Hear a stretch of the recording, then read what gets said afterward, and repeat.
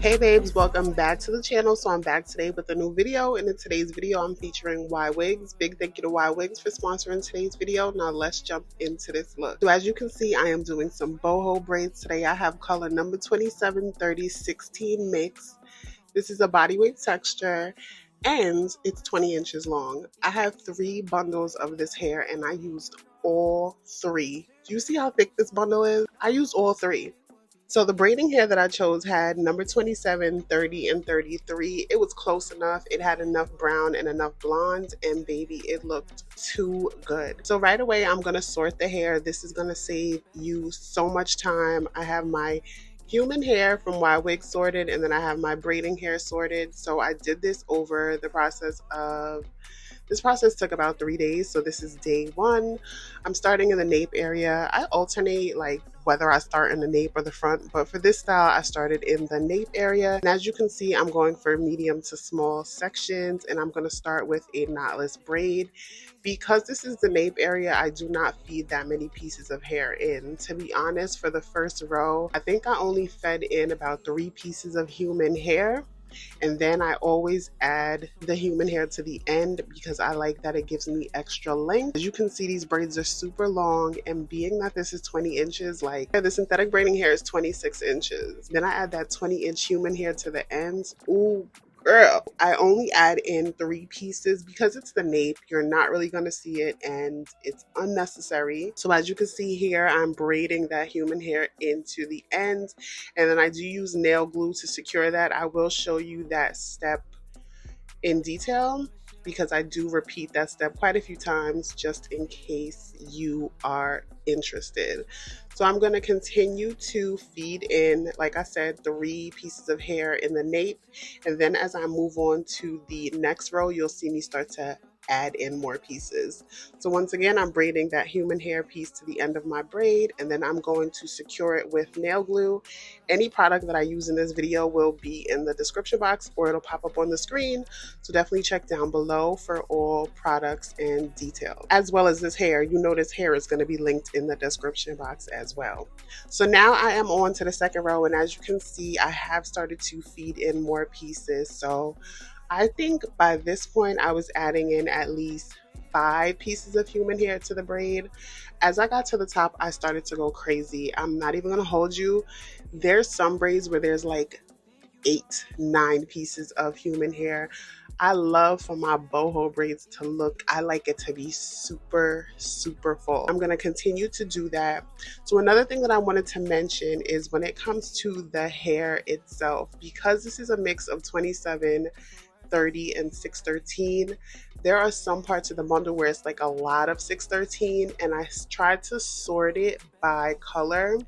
And what I tried to do was when I start my braid at the very top, I started with some of the 30, and then I'll alternate with like the lighter blondes just to give it like some type of gradient. That's what I did. And then when I got to the top, I started to focus more on the blonde, and I love the way that came out because it almost is like a ombre or a highlight. I'm just obsessed with this color. Like, it is perfect. So you can get this in quite a few different inches. I have tried quite a few colors from Ywigs, but I think this is my favorite next to the ginger. Okay, so this is day 2, and as you can see, we did make some progress. When I tell you I had to do this in sessions, like if your schedule permits, you can definitely knock this out in like a day or so, but I had a lot going on, so I decided to take my time, and I'm glad I did because the finished look is, I'm just obsessed. So here, since we are getting closer to the top and the front, I'm starting to go crazy with these human hair pieces. You're gonna see me feed these pieces in back to back to back. So how I feed my human hair pieces in is that I take at least 1 inch of the hair and I make sure that that is braided into my hair. That is just to ensure that I don't have any slippage and I'm not leaving any boho pieces around like anywhere I am, because nobody wants that. But that is how I do it, and the only place that I use glue is at the very end, and of course my hair is nowhere near there, so I'm not worried about using the glue to secure that.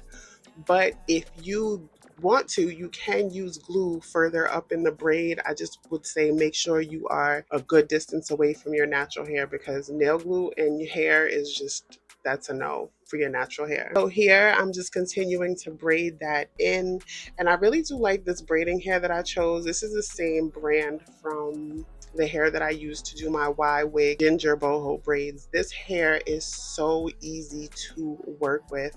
I did not have any issues. It was very soft and it blended well with this human hair. So more about this human hair, as I stated, I had 3 bundles and I used just about all of it. This hair is really thick.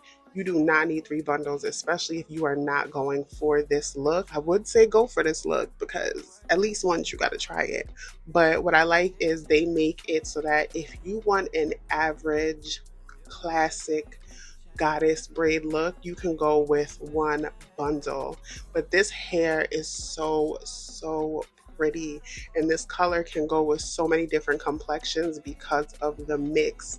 Your 613 is bright, but I feel like the 27 and the 30 is what balances it out. So once again, I'm showing you how I add my human hair piece to the end, because I do get quite a few questions on that, so I just made sure to show you how I do that quite a few times in the video. So I'm going to continue here throughout day 2, and then I'm going to jump back into the video once we get to day 3, because day 3 was the last day, and then I'm going to talk to you about what I did that day.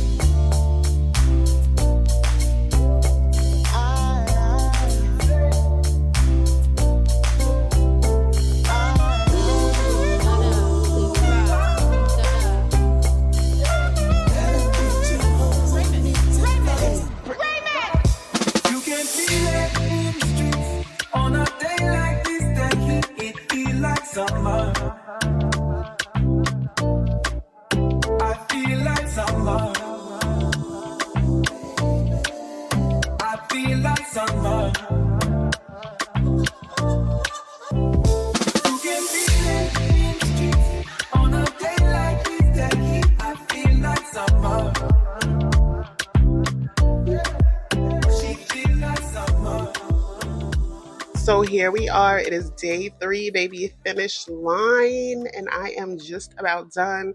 So as you can see, like I mentioned, I tried to add more blondes, more of the 613 and the 27 as I got to the top, because that is the look that I was going for.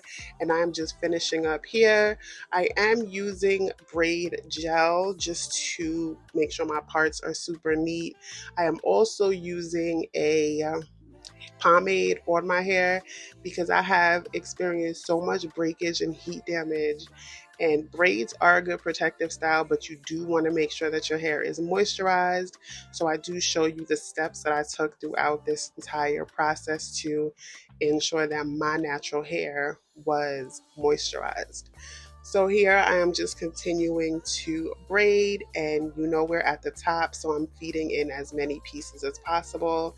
And as I stated, a lot of these pieces are 613 and number 27, so I can have that really nice like balayage look. So we are going to finish this up, and then once I'm done, the next thing that I did was, I'm showing you the last of that braid gel because that's it. It did last me a while. I will have that one linked down below, as well as the other one that I used, but that braid gel lasted a really long time. But once I'm done, I do spray my braids and my scalp with some leave-in conditioner.